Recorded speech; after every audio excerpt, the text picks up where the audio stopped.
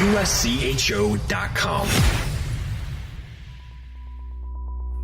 This is the USCHO Weekend Review podcast from U.S. College Hockey Online at USCHO.com. A look at this weekend in college hockey and a review of the top news of the week. Welcome to USCHO Weekend Review for Tuesday, December 21st, 2021. I'm Ed Trefsker alongside Jim Connolly and Derek Schooley. This podcast is brought to you by DCU Digital Federal Credit Union. What will DCU mean to you? Membership required. Find out today by visiting dcu.org. Well, here we are, guys, at the middle of the season, the semester break. And just a preview, we will be talking with Derek quite a bit about the reinstatement of Robert Morris hockey. But before we get there... That happened? Yeah. I know you were on vacation. You were in Arizona. Oh, I didn't realize. Oh, thanks for telling me, Ed. Well, I was told it was a secret until it was, but I let it out of the bag. Anyway, now that we're at the mid-season here, why don't we talk about who the best teams are right now? Some teams that have really caught your attention, maybe surprises, maybe not surprises. Jimmy, why don't you go first? Well, I'll start out as where I think the best is. And I think the difficulty I've had in trying to figure out who the best team is the fact that we still haven't seen some of the best teams play everybody or play more teams. I think we all know Quinnipiac's good, but I'm not sure the ECAC is good. I think we all have an inkling that maybe Cornell's good, but again, the ECAC is not good and they haven't played many games. I like Michigan. I really like Minnesota State, but I'm trying to figure out where Minnesota State sits in it. Why? And I'm trying to figure out why Michigan has losses, but I think they played probably the toughest schedule. So I'm still wrapping my head around which team should be the best at this point. If I had a gun to my head and I had to answer, I still would say Michigan. Interesting, because as we said, I was in Arizona this week, and my son played in a tournament. And I spent a few nights at Greg Power's house, and we talked a little bit about that. And he's seen a lot of what's going on, and obviously playing an independent schedule. But and this is my opinion, Michigan, we had talked, Jimmy, and we were just joking about it, that they've got enough talent to go undefeated. And we laughed and said, they've got 6 losses. And maybe that's the strength of the Big Ten, but maybe that's the inconsistency of a young team too.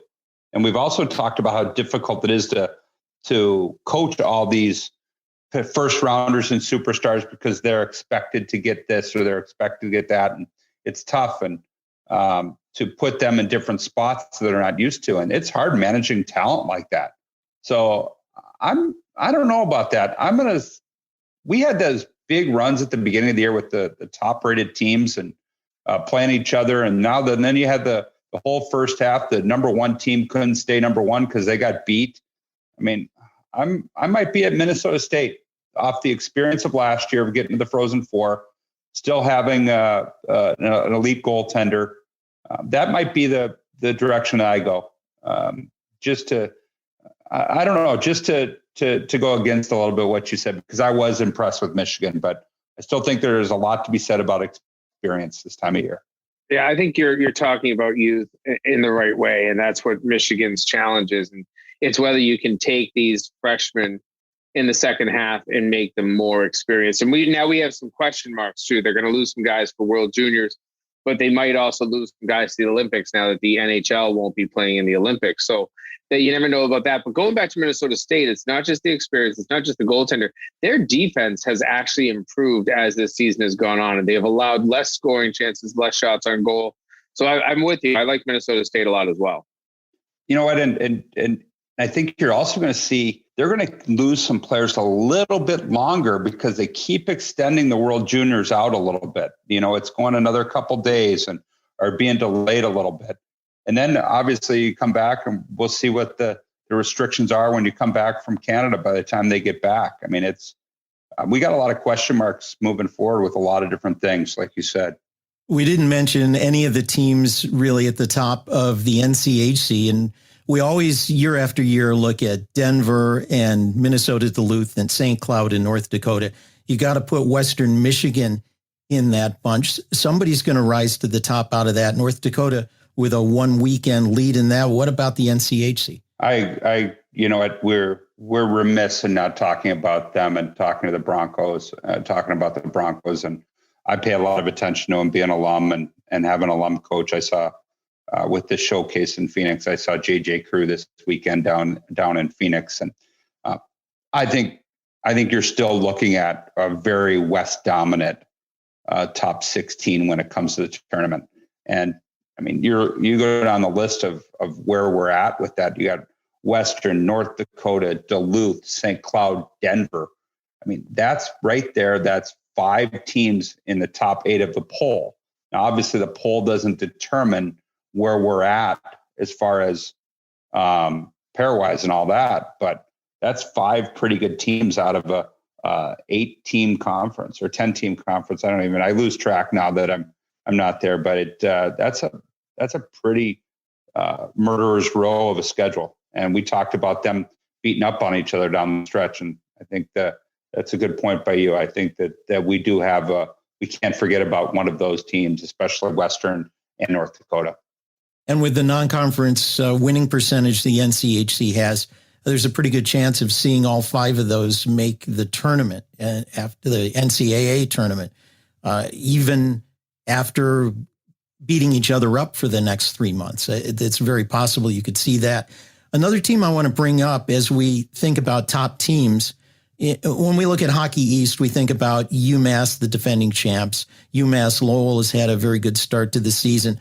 But the team that has really achieved very well, I think, is Northeastern. I know we're going to talk about Devin Levi when we get to the Richter. You can't talk Richter without talking about him. But not only has he been really strong in net, but you take that weekend where it was a home-and-home sweep for Northeastern with Providence. Levi gave up 1 goal that weekend, and he faced a lot of shots, but a very depleted lineup for Northeastern put up 6 goals over the weekend against Providence. And, when you've got somebody back there who can steal games and a team motivated to play, who knows how far this Northeastern team can go. And you know what? I'm the one who usually gets in trouble for jumping the script. And now he's thrown out the Richter Award. Jimmy, you put me on probation a couple weeks ago. I think it needs to go back to, I think Ed needs to go on the jumping of the script probation that you put me on. I agree with you. Northeastern's kind of quietly went under the radar a little bit, even though they've given up as few goals as they have. But there's not a lot of, you're talking a 13th ranked in the poll, a 13th ranked team. And I think it's been quiet. And I use the word quiet because if they continue not to allow fans, and I'm going to jump the script a little bit with the COVID issue, how will Matthews Arena be, which is historic arena, home ice advantage, all of that? How will that be taken into play? And I say they're quietly where they're at. Will that be if we start going to some empty buildings, and there's a possibility that there will be some empty buildings for some games, will that take away a home ice advantage and hurt a team? I don't think it'll be all. And once again, we'll talk more about that. But just when you bring up Northeastern, that's something that's relevant in the news right now.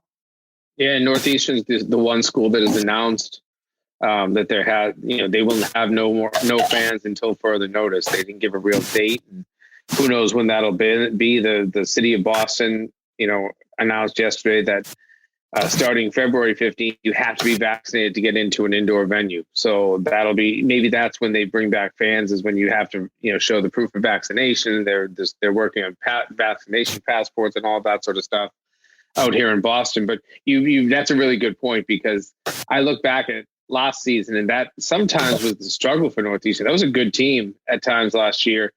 And yes, they had some injuries, but they also, didn't get that energy of the, I'm going to say it right, the dog house, I believe they like to be called at Matthews Arena. Those student fans really can generate a lot of raucous atmosphere, and that team really feeds off of that. So that will be interesting as well. But I really think that this team, they've got depth in terms of scoring. I don't think that they can score at will like they could back when Adam Gaudette and Dylan Secura and Zach Aston Reese and those types of players were there. But they definitely have some players that started the season on the fourth line that are putting up more like second and first line points. And I think that for Jerry Keefe is a big benefit. They're a dangerous team when you then factor in the fact that they've got one of the best goaltenders in the nation, who every time he seems to get in the crease gets a little bit more confident and gets a little bit better. So I've got my eyes on Northeastern in the second half as well. You want a fast fact that I'll throw out there? 18 years as a head coach at Robert Morris, 5 years at Air Force, a year at Cornell, plus this year off. Never been in Matthews Arena. Seen it on video, heard about it. Never been in Matthews Arena. That's it. Put that up there in the memory bank for a little Christmas fact. Well, it's time to start working on that 23-24 schedule there, Derek, and maybe make a trip out there. That would be. I haven't been in there since I've been there 3 times. I haven't been there since they put up the big scoreboard, but the first time I was there, it was on a Sunday afternoon in the early 2000s when RIT was still Division III, and RIT played Wentworth on a Sunday afternoon at Matthews Arena. Yeah. Was it rocking? No. There were, probably more RIT fans than Wentworth fans, but only 50 people in the building. So there you go. Anybody we've left out, I do want to bring up, we haven't mentioned Atlantic hockey, probably because there are no top 20 teams there. But 2 teams that have started out really well this first half of the season that will probably be the 2 favorites in the league for the postseason, and whoever makes it from the postseason from Atlantic hockey is always a threat. And the 2 teams I'd like to bring up are Bentley and Canisius. And you started that intro because you're adding a new subject into our script. The first 2 teams that came to my mind were Bentley and Canisius.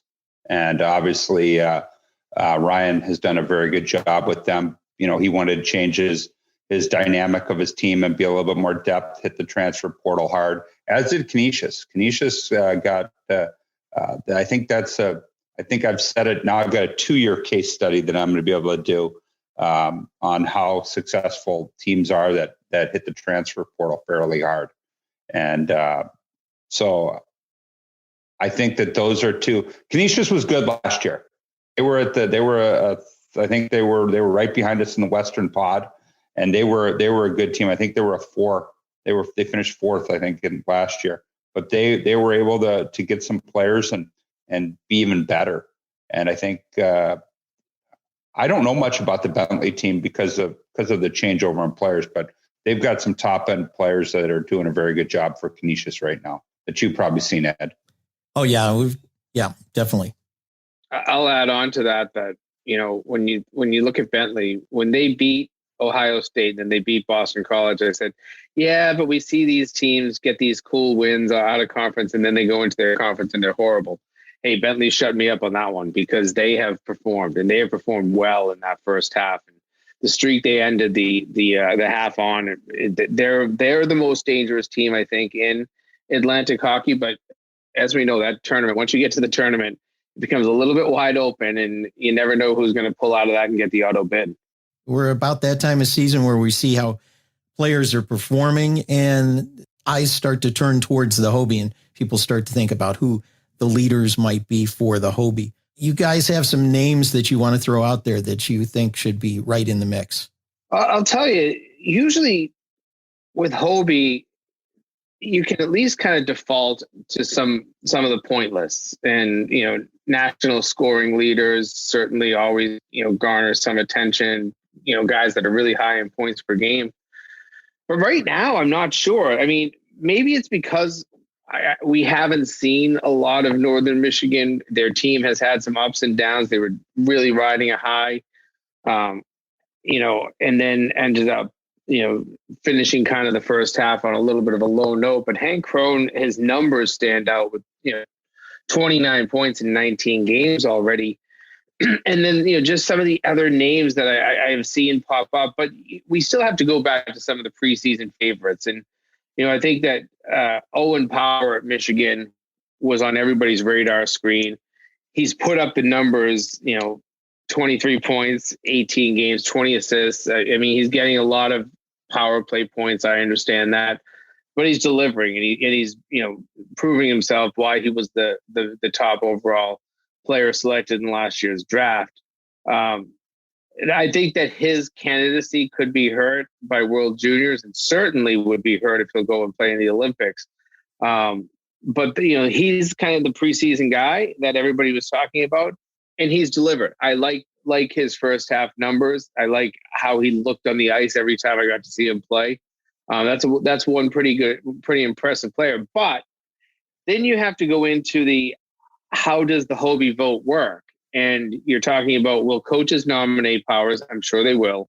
But then will the voters vote for him if he doesn't have a full season, if he doesn't have big gaudy numbers, if it's not a 70-point guy, will he get the votes? And that could be what holds somebody like an Owen Powers back. Well, you're also talking with World Juniors and potentially college going to the Olympics, where he might not play a lot of games coming up here in the near future. I'm going to go a complete different direction. I'm going to go to my alma mater with Ethan Frank. 17 goals in 18 games. Maybe not a household name going into it, but he's got career highs already. He had 13 last year. And this is him taking advantage of a fifth year. And this is a fifth-year senior and a guy. And they've always said 4 years is enough. He's proven that there are some that you'll keep around for a fifth year.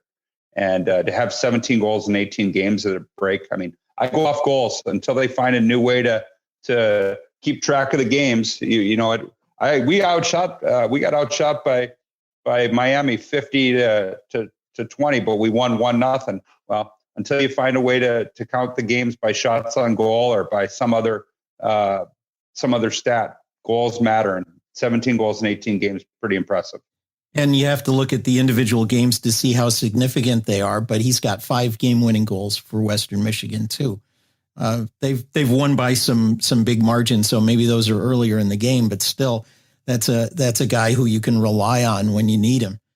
It doesn't seem like anybody's jumping out. You mentioned Owen Power, Jim, but the last few years it seems like there have been a lot of defensemen in the conversation, and really, other than Owen, who else might be in there?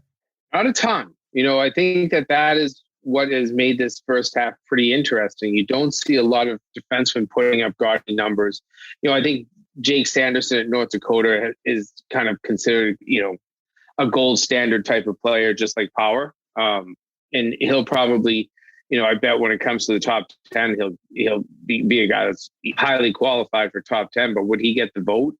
I don't know. Again, as Derek said, you got to kind of go off goals. And I think that we should, and not totally overlook it, but it's what the Richter Award feels like it became for, think that there's some goalies in there. Dryden McKay obviously tops that list. Devin Levi at Northeastern, certainly on that list. Maybe even Owen Savory at Lowell. I mean, these guys have almost better numbers than what maybe Ryan Miller had at one point. Did they get into the Hobey conversation? We all know that they're probably not going to win. It's only because of the fact that the voters never seem to want to vote goaltenders anymore. This is my 6th year on the committee, and I don't think I've ever put a goaltender number 1 before. Maybe I did once, way back, in the late 2000s. But that's about it. Can we expect never to see a goaltender win the Hobey again? I mean, the conversation in the past has been, you got to put up Ryan Miller numbers to win the Hobey. And McKay put up Ryan Miller numbers last year. And didn't even win the Richter. So, yes, I mean, it could be almost impossible for a goalie to ever win this award. We're talking, a goaltender that maybe goes out and puts up 38 wins heading into the vote, and that's pretty much an undefeated season. You're talking about near perfection. 38 wins with a goals against average below 1 and a save percentage in the 970s. That's what we're asking a goaltender to do. Go 38 of 39 or 38 of 40, only allowed 2 goals once all year, and hope that was the game you lost. I mean, it's the expectations are almost too high for goaltenders. Is that why obviously the Richter is so new, but they felt like that the goaltenders were getting the raw end of the stick on that? I don't think I've ever heard it, admitted in that way, but I think that it almost de facto became, this is what we'll give goaltenders because they deserve a lot of recognition and they almost never get it because, this could be the season where we don't see a player get to 60 points. It's possible. I mean, right now we're looking at nobody with 30 before the break. So is it possible that nobody gets to 60 all year? Possibly, I'd have to go back and see how many Hobey Baker winners in the last 10 years didn't get to 60 points. There's probably a few in there. And I can think of, I don't think Blake Jeffrion did when he won the award. And there's probably another defenseman in there that maybe didn't get those types of numbers. But usually you have plenty of points. This could be the year that we don't have a high scoring, electorate to choose from. And maybe the goaltender gets a little bit more attention. But I've sat on those calls. I mean, this is, like I said, this is my 6th time as a voter on the Hobey committee. In 5 years, goalies are talked about, but almost always glossed over. Will Butcher is a name, a defenseman who won the Hobey, 37 points in that senior season as captain for Denver. So the barrier for defensemen is probably a bit lower. And maybe somebody's going to say, okay, who are we going to name a defenseman award after so that we can have just forwards in the Hobey? I'm sure somebody's going to think of that somewhere along the line. If somebody wants to sponsor, DCU. There you go. We'll talk to our friends at DCU about that. Well, we've been mentioning the Richter. Let's go to that. There are a lot of goalies who you could consider in the running for that because there are several goalies who put together some pretty gaudy numbers in the first half of the season. I mean, are you kidding me? We're talking about save percentages of 95. You got two goalies over 95 right now. You got a 9.44. Peretz is undefeated. And then you've got some 9.35s. You got a couple 9.46s. And then you just got this guy who was named Dryden McKay, who's just kind of rolling along. He's having a terrible year, according to all these other people's numbers, at 9.24. I mean, I can't. These numbers these goalies are putting up this year are off the charts, and I think that's where you're going to have to really look at them, not just for the Richter, but for the Hobey. I mean, you got Peretz is at 9.0-2. And he's a 9.44 save percentage. I mean, he's given up 10 goals in 12 games played. I mean, you got Dylan St. Cyr also kind of in the same mix as another goalie with Quinnipiac. So then you got Levi and you got Savory and you got McKay and Fanti. I mean, go down the list of these people and these goalies, and this might be the year of the goalie. You might have a final 10 in the Hobey with 2 goalies. If they really do their due diligence, and we talk about people that haven't got 60 points, and we got people that are the scores are down, maybe it's because the goalies are that good. So the Richter Award winners are really going to have their hands full. It's going to be a really tough vote for Richter this year. And it's not just because Hobey ignores goaltenders for the most part, but as you pointed out, the numbers. I mean, Yanni Peretz. His goals against average is 0.87, not 1.87, 0.87. He's not even giving up a goal a game. 12 games played, 10 goals allowed. He's got 11 decisions. That's unbelievable. And then you have Savory at Lowell, 9-1-2 with a 1.23 and a 950 save percentage. These numbers are off the charts. I think it might honestly come down to which goaltenders not just put up good numbers, not just got wins, played at the highest percentage of their games. That's where a guy like Dryden McKay, who I believe has played every game for Minnesota State this year, except maybe one. I think he missed one game. But you look at that, and you've got any goaltender that can play 95% of a team's games is impressive. To not get nights off in net, especially in this day and age where it's all back-to-backs, and you have a few teams out there that'll play 5 and 8 and 6 and 9 and stuff like that. To play this much, I know goaltenders get in the zone, but it's really impressive, these numbers. 1,130 minutes he's played, and he did not play the one game that they lost to Lake Superior. I think they lost 1-0 when they gave up 7 or 8 shots. I mean, his workload for the amount of minutes he's played has not been overly difficult because of how well they're playing defensively. I mean, he's only made, in 19 games, he's played the most minutes, and he's only made 304 saves. Dalton Levi has played 45 minutes less than him and has 200 more saves than him. How about that? 45 minutes less and 200 saves. That shows you the strength of Mankato's team. Maybe you should rethink. You should have jumped in a little bit more with me and Mankato at the beginning. Well, I did say that their defense continues to get better every single game. I know you did. I'm just, hey, I can't be, I'm in a good mood because of the program being back. I just can't agree with everything you say all week. People will think that something's going on, Jimmy. Well, why don't we hit a couple of quick items before we go to the break? The biggest takeaway from the first half of the season, just one item. Who wants to go first? College hockey stats. That's all I got. We beat that to death, but college hockey stats is my takeaway. How much we miss it, because we're talking about points, we're talking about stats, and you guys have done at USCHO have done the best that you could, but I think people really realize what a good job Tim did. That's my takeaway from the first half, because it is hard on the weekends. I found it again this weekend. There was a score that was 0-0, and it popped up eventually. And then you got the final score, and then there was no box scores. And I mean, it's hard. Damn it, Derek, you stole my line. I will say that when I really look at the first half, it is heartwarming to see fans back. We talked about Northeastern. They're going to lose fans now for a while. They might not be the only school that happens as we get back from break. But man, fans make a difference in college hockey, in any college sport. But I feel like that there's nothing like a sold out crowd that erupts when a goal goes in the net. It's just, you don't get that in any other sport. Well, I'm gonna mention 2 parts of Michigan: Ann Arbor and Kalamazoo.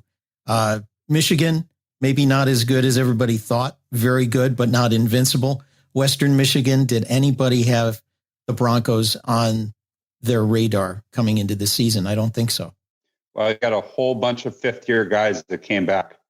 And with that is, you're seeing men play against boys at times.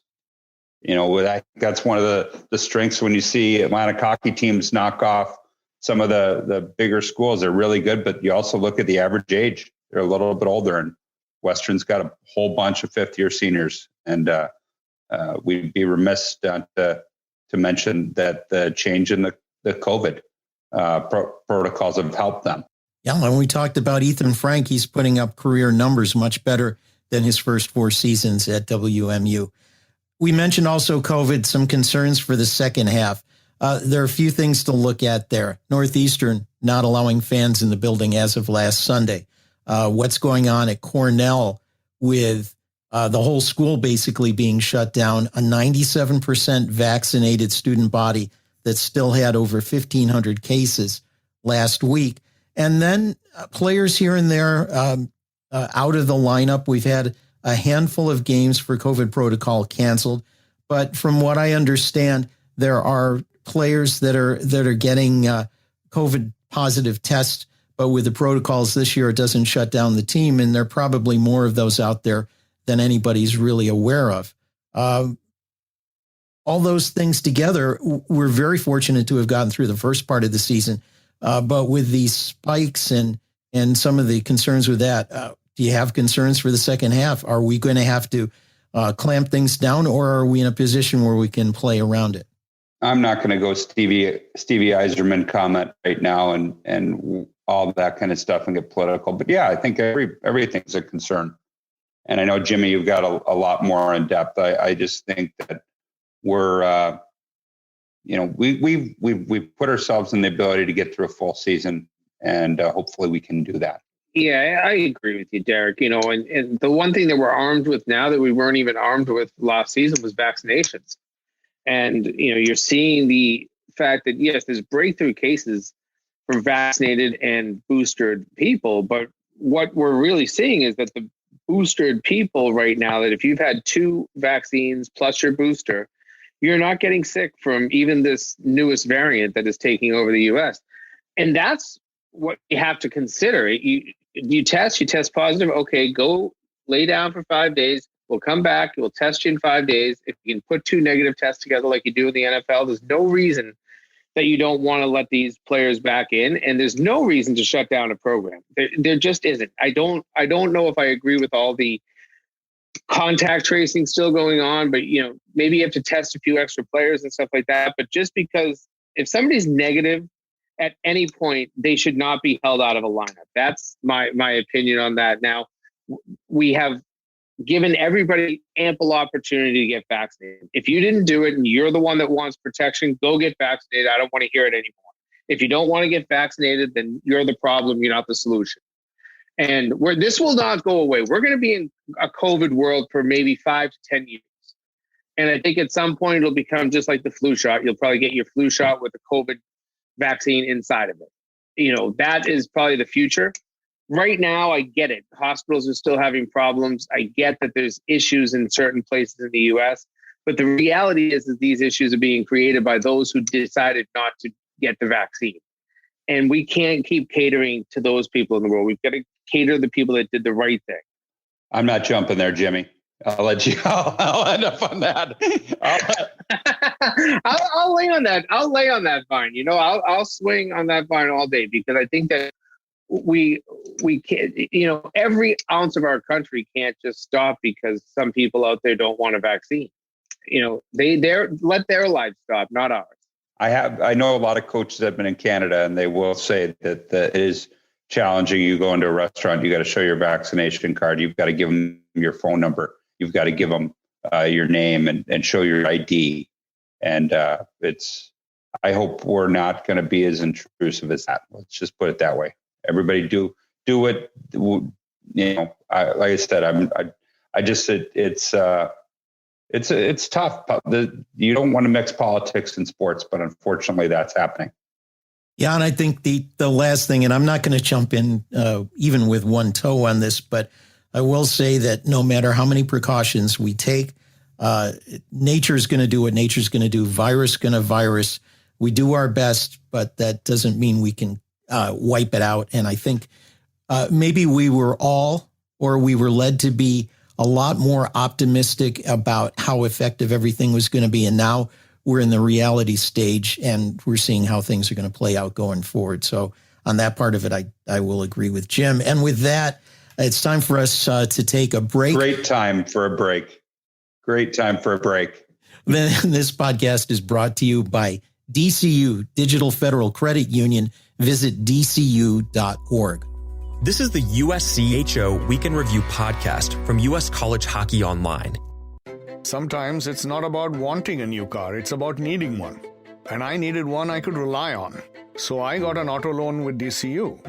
They offer the same low rates on both new and used cars, and I was able to borrow a little extra to make a used car as good as new.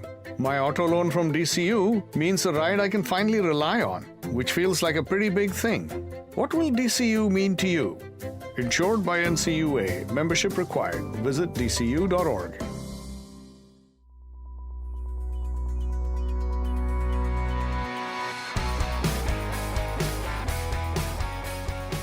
Welcome back to Weekend Review.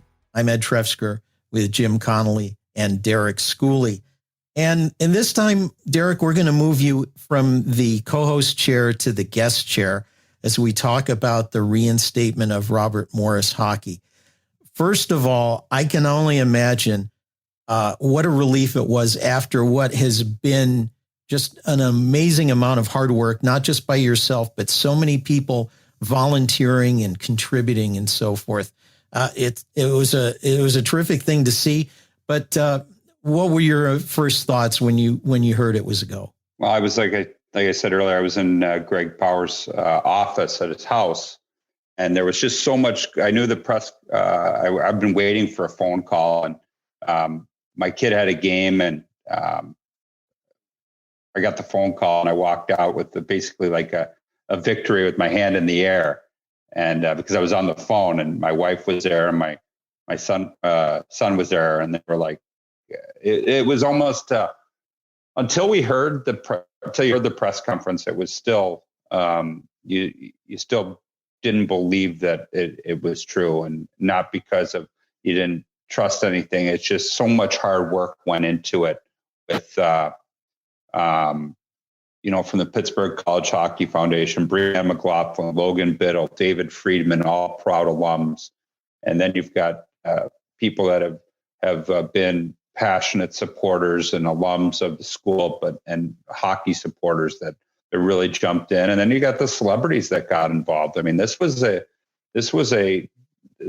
one person. And, as much as Brianna and myself were the face of this, there was a lot of heavy lifting done with a lot of people that aren't getting that won't get the credit. You won't know their names, but you're very appreciative of everything they've done. So I was excited. And then I had to make a few calls, and Thursday wasn't bad as far as phone calls because we kept it on the down. I just kept telling people, I'm sure they wouldn't be having press conferences if it was bad news, but I don't know. And then Friday, by the time I got off the press conference, I had 48 texts just in the 20 minutes that there was in the press conference. And the phone just didn't stop all day Friday. Slowed down again on Saturday, and finally got to spend a little bit of family time on Saturday night and Sunday in Phoenix before coming back Monday to Pittsburgh. And it's still, it's still got a lot of media to do. I mean, obviously, we do this every week. I've got another podcast, 2 podcasts tonight, one tomorrow. People are excited about this. This is big news, and this is a great time to college hockey's kind of been searching right now with a downtime, a story. And we talked about what we were going to do this week on the show, and we thought it was just going to be like this small thing, and then you got the COVID, you got this, and you got. I know I'll jump the script a little bit, and we'll talk about RH Bob Peters. And I mean, this is big for college hockey right now.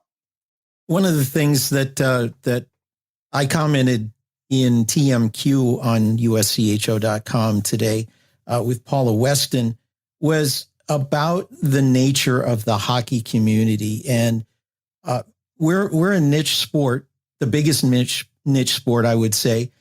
But there is such a community that is built up in different ways. Parents and their kids starting out early on going to the rink, and players and coaches who develop a bond along the love of the sport, and fans and teams that find such identity and closeness with each other. I don't think you see that in other sports. Maybe you see that a bit in college lacrosse and some things like that. But there is a hockey tradition and culture and community that really felt like everybody wanted this to work. Well, we got if you looked at the site that was tracking donations, you could look at the names, and there were former players from other teams. There were coaches. You go down the list of people that there was that were donating, and that's where you saw the family. And I thought when I read your thing this morning, Ed, I thought you were right on the money. This was a hockey community, Pittsburgh, a lot of different factors played into this. And, I wouldn't wish this upon anybody. And Huntsville had to go through it. Anchorage had to go through it. I'm ecstatic that we're back. But this has been, I said it on the press conference at that time was 205 days. We're at about 210 days now. And this has not been something that you wish on your worst enemy, especially anybody to have to deal with, because it's, I applauded I thank my family because I had 3 kids and they're all in high school, and they were champions about this. And it's, you get emotional thinking about it because of people jumping in and rallying behind it. But this affected 3 kids that every day they were like, "What's going on, Dad?" So they didn't want to move, and we didn't want to move. So you don't wish this upon anybody, that's for sure.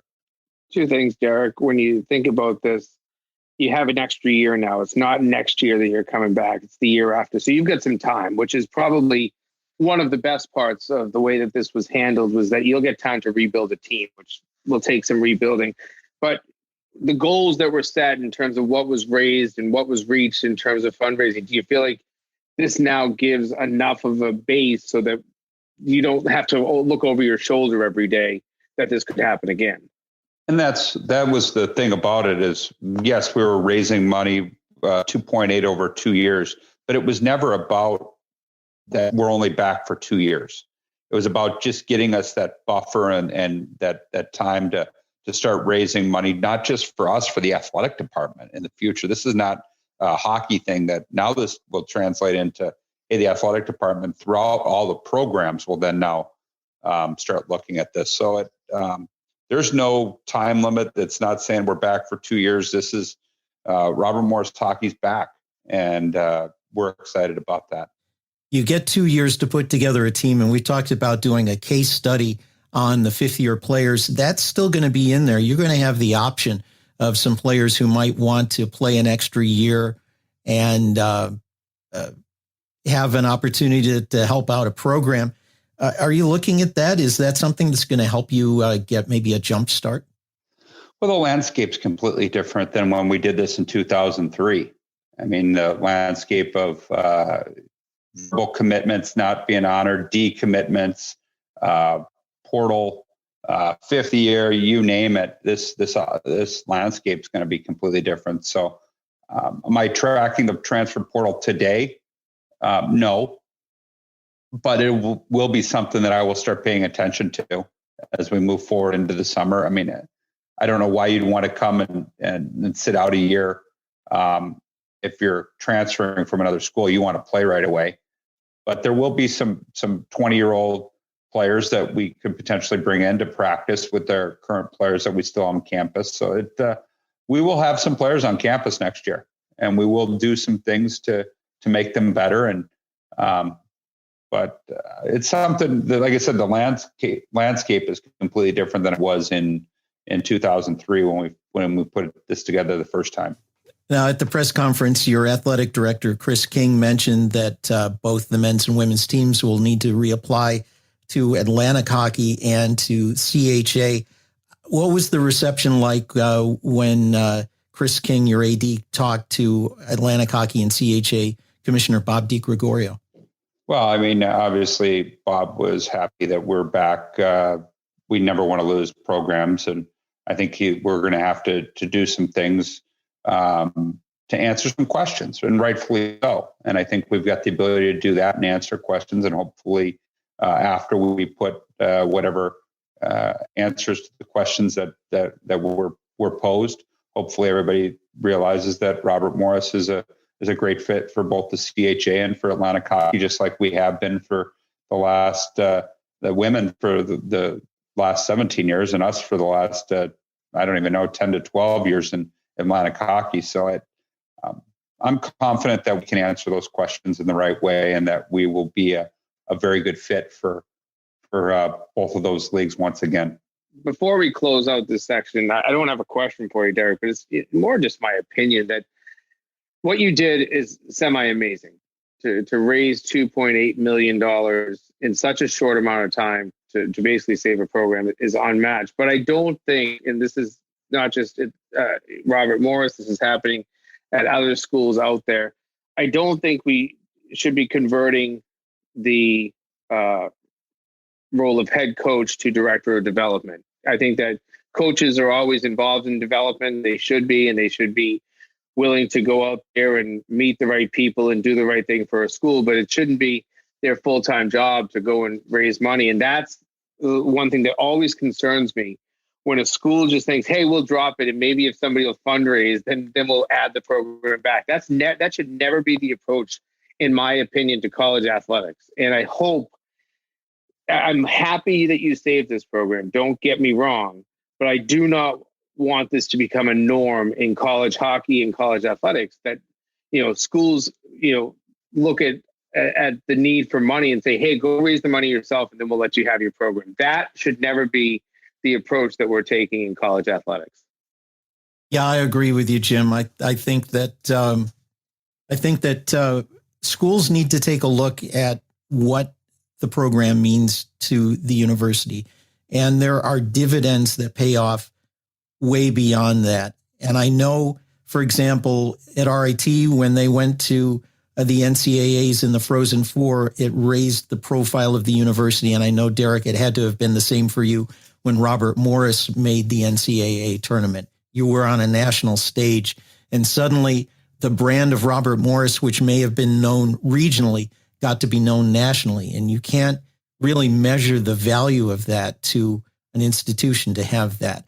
And really what hockey means just in school spirit, because the fans of college hockey are really the best and just have so much energy and pride in their school.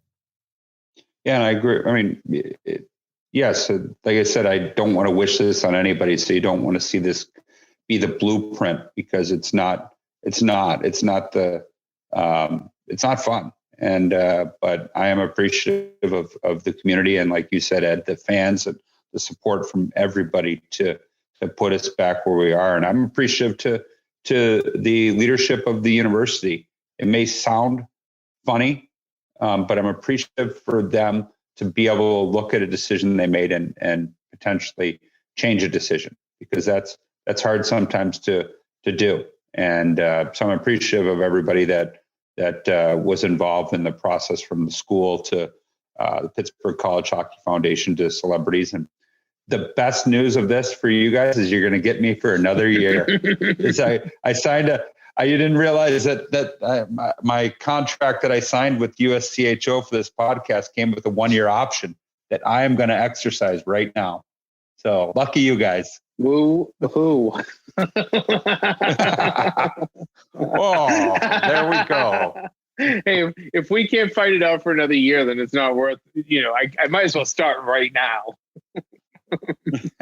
Well, we'd be remiss if we didn't take a few moments before we wrap up to remember a great coach and a great individual, R.H. Bob Peters, longtime head coach at Bemidji and also CHA commissioner. And my first encounter with Bob Peters was way back in the early 80s when Bemidji was playing Division III and RIT was elevating its program status-wise. And there were games between them on the national stage, and then just kept seeing Bob pop up all the way along as Bemidji went to Division II and had that great rivalry with Huntsville. But why don't we go ahead and just share a couple of thoughts about Bob Peters? What a wonderful person. And I got to know him really well, obviously, when I was at Air Force working for Frank, because Tom's territory was at Bemidji. Frank was an alum. Wonderful, wonderful man, just the nicest, had the most calming voice. But from what I understand, when he could get riled up too behind the scenes. And he was a commissioner of the league. He was an ambassador for all the programs in the CHA. And that was sad to see, because he is such a good person. I'll share a personal story. And he was like the teacher that would just talk to you so quietly, and somehow along the way, and everybody calls me Schools, they call my kids that, and that's just the hockey nickname. Somehow he shortened that to School, and it became a joke. And I don't know how long it was. Like, he'd be like, "So, School, how are you doing?" And you always would chuckle inside your head that about that, and it became a joke between me and Tom's territory too. But he what a good person and what a good hockey guy is. The hockey world lost a very good coach. And if you go online, there's a YouTube story about him. It's about a 10-minute story. And if you take the college hockey fans out there, take the 10 minutes on YouTube. It's called Coach Bob Peters' Common Ground. And it was aired in May 13th of 2010. It's a wonderful 10 minutes and you won't regret that.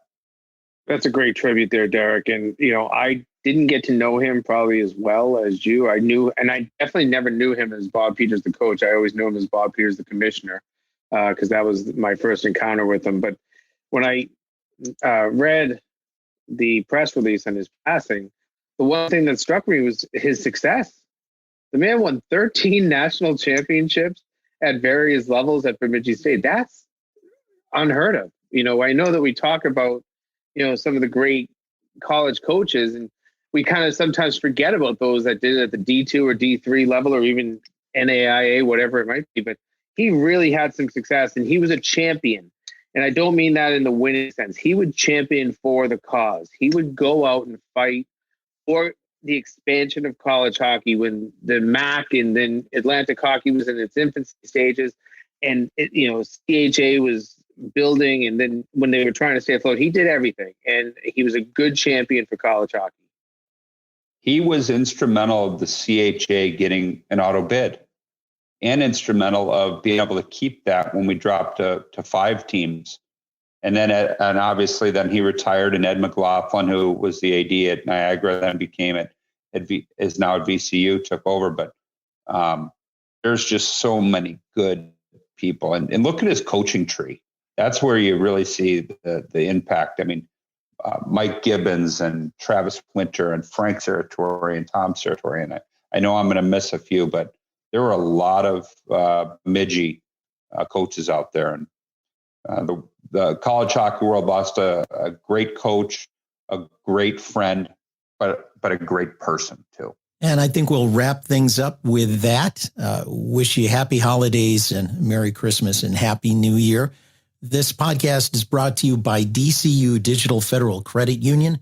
What will DCU mean to you? Membership required. Find out today by visiting dcu.org. For Derek Schooley, for Jim Conley, I'm Ed Trefsker. We'll catch you next time. This has been the USCHO Weekend Review Podcast, a production of U.S. College Hockey Online. Visit uscho.com/podcasts to listen or subscribe.